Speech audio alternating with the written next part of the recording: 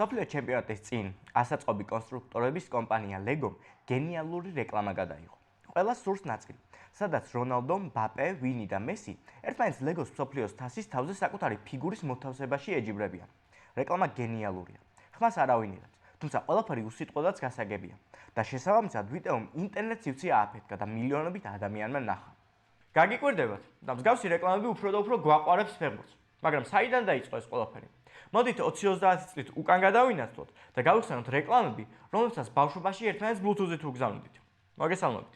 მე სერგი კლდიაშვილი ვარ. დღეს შაბათია და თქვენ უყურებთ Sportline-ის YouTube-ს, რომლის გამოწერას სხვათა შორის არ უნდა დაგავიწყდეთ, რადგან წინ გელოდებათ top 10 საუკეთესო საფეხბურთო რეკლამა, რომელიც 90-იან ან 2000-იან წლებში გადაუღიათ.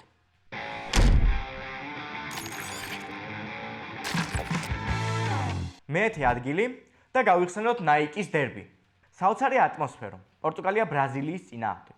მსოფლიოს ორი ყველაზე ტექნიკური ნაკრები უპირისპირდება ერთმანეთს და გუნდის კაპიტნები ფიგუ და რონალდო ემზადებიან თავიანთი გუნდების მოედანზე გასაყვანად და უცებ ფიგუ იღებს ბურთს და კიჭას დირკავს. და დაიწყო.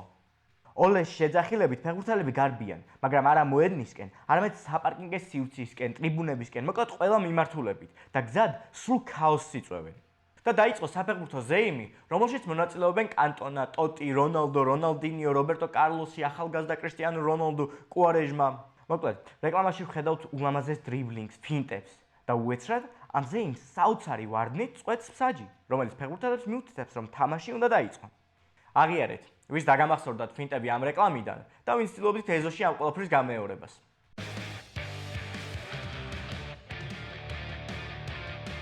ჩვენ კი ვაგრძელებთ და ამჯერად გადავინაცვლოთ ბრაზილიის აეროპორტში.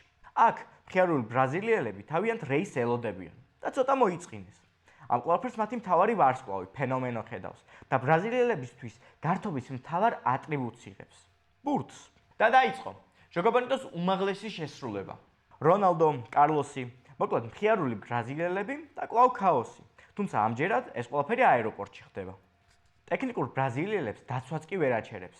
ისინი ბურთით დარბიან ყველგან, ასაფრენ ბილიკზე, ბარგის განყოფილებაში. მოკლედ შეუჩერებლები არიან და გადამწყვეტ მომენტში კიჭა აკეთებს იმას, რაც ალბათ არასდროს არ გაუკეთებია. ცარიელ კარში ბურთს აცილებს. იმედგაცრუებული ბავშვები და კვლავ Nike-ის ლოგო.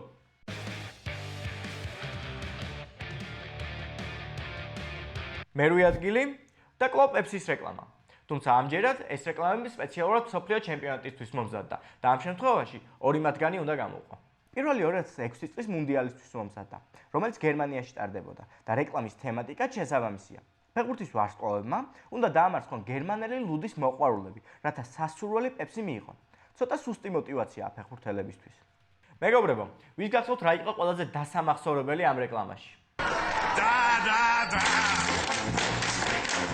და მეორე რეკლამა 2002 წლის მუნდიალისთვის, რომელიც იაპონიაში და კორეაში ტარდებოდა.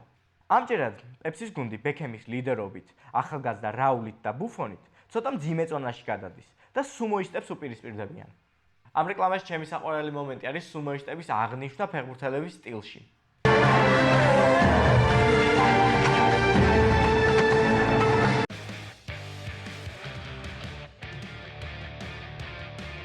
მეშვიდე ადგილი და YouTube ვიდეოების ლეგენდა, რომელიც თავიდან არც კი აღიქმებოდა როგორც რეკლამა. საუბარი მაქვს რონალდინიოს ახალ ბუცებზე. 2005 წელი. ვიდეოს სცენარი ასეთია. ბრაზილიელთან მიაქვთ ახალი ბუცები და ჯადოქარი მათ დატესვას გადაწყვეტს. იგი თავისი მაგიას გვთავაზობს და ყოველგვარი სირთულის გარეშე კენწვლა-კენწვლით 4-ჯერ მიყოლებით შტანგას არტყამს ბურთს. ვიდეო თითქოს შემთხვევით მობილურის კამერით არის გადაღებული. ეს იყო ერთ-ერთი პირველი ვიდეო, რომელიც გავარდა. ყველა ერთმანეთს აჩვენებდა, ცდილობდნენ გაემეორებინათ და ბჭობდნენ რეალური იყო თუ უბრალოდ მონტაჟი. მაგრამ ფაქტი ერთია, თუ ვინმე შეეძლო ამის რეალურად გაკეთება, ეს რონალდინიო იყო და ამიტომაც ბევრმა დაიჯერა, რომ ეს რეალური კადრები იყო და არა მონტაჟი. ეს გახდა პირველი ვიდეო YouTube-ის ისტორიაში, რომელსაც მილიონი ნახვა მოაგროვა.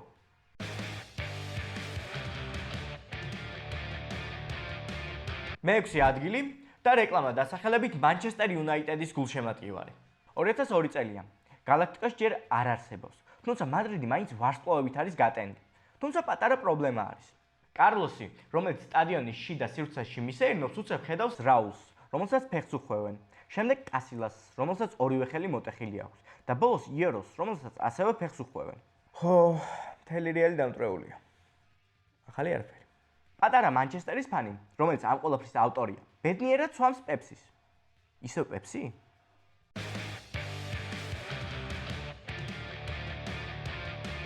მეგობრებო, აქ კი კიდევ ერთხელ მინდა შეგახსენოთ, რომ არხის გამოწერა არ დაგავიწყდეთ. რადგან მეტი გამომწერი ნიშნავს მეტ საინტერესო ვიდეოს, ძალიან ბევრ კონტენტს და რა თქმა უნდა ძალიან ბევრ სტატისტიკას. თანაც უკვე 2 წელია თქვენთან ერთად ვარ და 2 წელიწადში 2000 გამომწერი ძალიან ცოტა არის. ჯერ რომ მეტი შეგვიძლია, ამიტომ გამოიწერეთ. ვაგრძელებთ და მეხუთე ადგილზე გადავდივართ, სადაც ისევ პეპსის რეკლამა გველოდება? ვის ველაპარაკები მარტო ვარ? კაი, მოკლედ. როდესაც ვნახულობ 90-იანი წლების რეკლამებს და ვიხსენებ 2000-იან წლებს, ეს ყველაფერი ჩემთვის ასოცირდება უკვე ძალიან ბევრჯერ ნახსენებ პეპსისთან და დევიდ ბექემთან. ბექემი საერთოდ გახდა პირველი მედია ფეხბურთელი. მან გააქრო არსებული საზღვრები ფეხბურთსა და შოუ-ბიზნესს შორის, რადგან თითქმის ყველაფერს არეკლამებდა. მხოლოდ მეხუთე ადგილი, რადგან ამ რეკლამაში მხოლოდ ერთი ვარსკვლავი გვხვდება, არანაირი რეჟისურა არ არის და ფინტებიც არ არის. მხოლოდ ბექემი, რომელსაც თამაში არ წაუვიდა და დამწუხრებული გადის მოედნიდან, სადაც პატარა ბავშვი ხვდება და საკმაოდ კარგადაც დასცინის ფეხბურთის ვარსკვლავს. Can I have your shirt, please? Sure.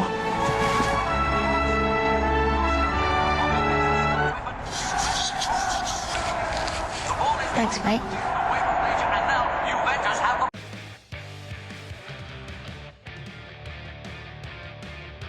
მეოთხე ადგილი და ნამდვილი ვარსკვლავთმცვენა, რომელიც Adidas-მა მოგვიწყო. საერთოდ გერმანელები, Nike-თან შედარებით, ძალიან უკან არიან განსაკუთრებით ამ პერიოდში საფეხბურთო რეკლამების თვალსაზრისით. თუმცა, მხოლოდ ეს რეკლამაც საკმარისია იმისთვის, რომ ეს მოსაზრება სრულად დაიმსხვრეს. ვიდეოების სერია სახელად შეუძლებელი შესაძლებელია და მისი ერთ-ერთი ნაწილი საფეხბურთო მატჩი, სადაც ორი მეგობარი ეზოში ფეხბურთს თამაშობს Adidas-ის ახალი ბურთით. ალბათ ეს ყველას გვიქნია, თუმცა აქ ერთი პატარა განსხვავებაა. ბიჭები თავიანთ გუნდში ფეხბურთის ვარსკვლავებს იყვანენ. ვის არ გვიოცნებია? იწყება საკმაოდ კარგი საყურებელი ტექნიკური თამაში. თუმცა აქაც სტანდარტული ისტორიაა. თამაში ჩერდება მაშინ, როცა ბურთის პატრონს დედა სახლში საჭმელად ეძახის.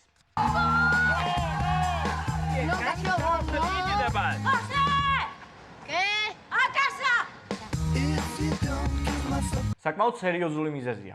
ვისახსოვს რამდენი დიდებული შეხვედრა შეჩერებულა ამის გამო.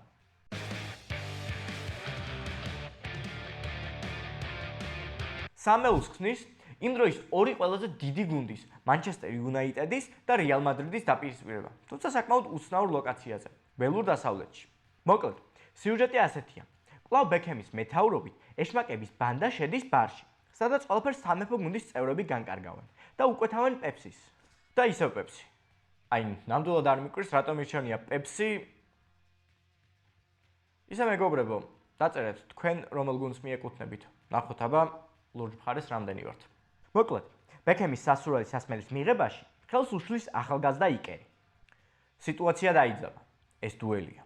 ყველა დაძაბულია. ბებერი რივალდოც გამოვიდა სანახაობისთვის, მაგრამ ბექემი ხერხს მიმართავს და უბრალოდ უსტვენს.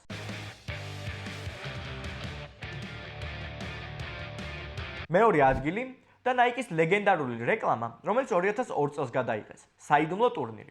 საერთოდ ამ დროისთვის Nike უკვე აქტიურად იწვევდა ცნობილ რეჟისორებს რეკლამებში. ამიტომ ამ რეკლამაზე ტერი გილიამმა იმუშავა. გადავიდეთ სცენარზე. გემზე ეწყობა საიდუმლო ტურნირი, რომელშიც 24 ელიტარული ფეხბურთელი მონაწილეობს 3-3 ფორმატში.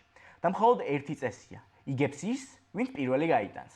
ეს ყველაფერი ატმოსფეროთი და სცენარით ძალიან გავს ჰოლივუდს. ვერც კი იფიქრებ, რომ უბრალოდ Nike-ის რეკლამას უყურებ. საჯი, ქარიზმატული და ცოტა შეშლილი კანტონა არის. ულამაზესი ფინტები, მხიარული და ენერგიული სიმღერები და ნამდვილი ვარსკვლავთა ცვენა. ძალიანაც რომ არ გავწელოთ, მოდით პირდაპირ ფინალზე გადავიდეთ, სადაც ერთმანეთს უპირისპირდებიან ერთის მხრივ ანრი, ტოტი და ნაკატა, ხოლო მეორეს მხრივ ფიგუ, კარლოსი და რონალდო. თუმცა აქ ყველაფერი წამებში მთავრდება და საოცრად ქარიზმატულ კანტონას ცოტა ირონიულადაც ეცინება.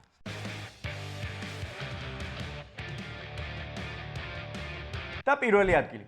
ლეგენდარული რეჟისორის გაი რიჩის არანაკლებ ლეგენდარული, დიახ მეგობრებო, რეკლამა და არა ფილმი. კვლავ Nike 2010 წელი და ჩნდება რეკლამა, რომელიც რამოდენიმე წუთის განმავლობაში თავს ნამდვილ ფეხბურთელად გვაგზნობინებს.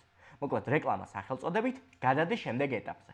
ლეგენდარულმა რეჟისორმა ფეხბურთელის კარიერა სულ რაღაც 3 წუთში ჩაატია და რაც ყველაზე საინტერესოა, ეს ყველაფერი პირველ პირში გააკეთა.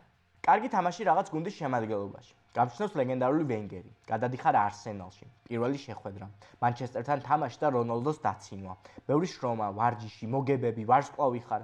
შემდეგ ხდება ინტერი, მატერაცით და თავის პროვოკაციებით. რა თქმა უნდა, არ გვაუწყდება ვარსკვლავური ცხოვრება და გართობა. თუ როგორღაც სასწაული მოხდა და ეს რეკლამა არასდროს არ შეხვედრიათ, აუცილებლად უყურეთ, არ ინანებთ. ამ რეკლამამაც საკმაოდ ბევრი კამათი გამოიწვია. ყველა ცდილობდა გამოეცნო, ვის გულისხმობდა რეჟისორი. და ყველაფერი სრულდება ისე, როგორც დაიწყო. გადამწყვეტი ჯარი, თუმცა ამჯერად გაცილებით დიდ არენაზე.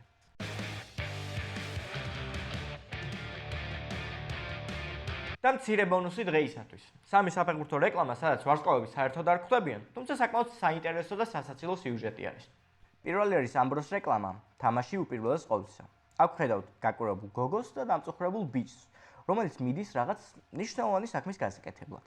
მეორე ჰეინეკენის რეკლამა, სადაც აღფრთოვანებული ქალბატონი თავის დაქალებს აჩვენებს ახალ სახლს, სადაც გოგონებს განსაკუთრებით მოწონთ გამოყოფილი სათავსო. თუმცა გოგონების აღფრთოვანებას ფარავს კაცების სიხარული.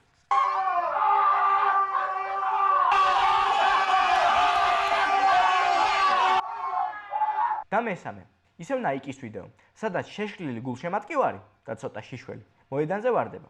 თუმცა ახალი ბოტასების წყალობით სტიუარტები მის დაჭერას ვერანაირად ვერ ახერხებენ. We have contact. Looks like he has more souvenirs for the crowd. დღეისათვის სულ ეს იყო. თუ ვიდეო მოგეწონა, თავისუფლად გამოიწერეთ არხი და დაალაიქეთ. კომენტარებში კი დამიწერეთ, გსურთ თუ არა ამ ვიდეოს მეორე ნაწილი, სადაც გავიხსენებთ 2010 წლის შემდეგ გადაღებულ საკულტო საფეხბურთო რეკლამებს. ეს პერიოდიც საკმაოდ ნაყოფიერი გამოვიდა ამ მხრივ. მადლობა და შემდეგ შაბათამდე.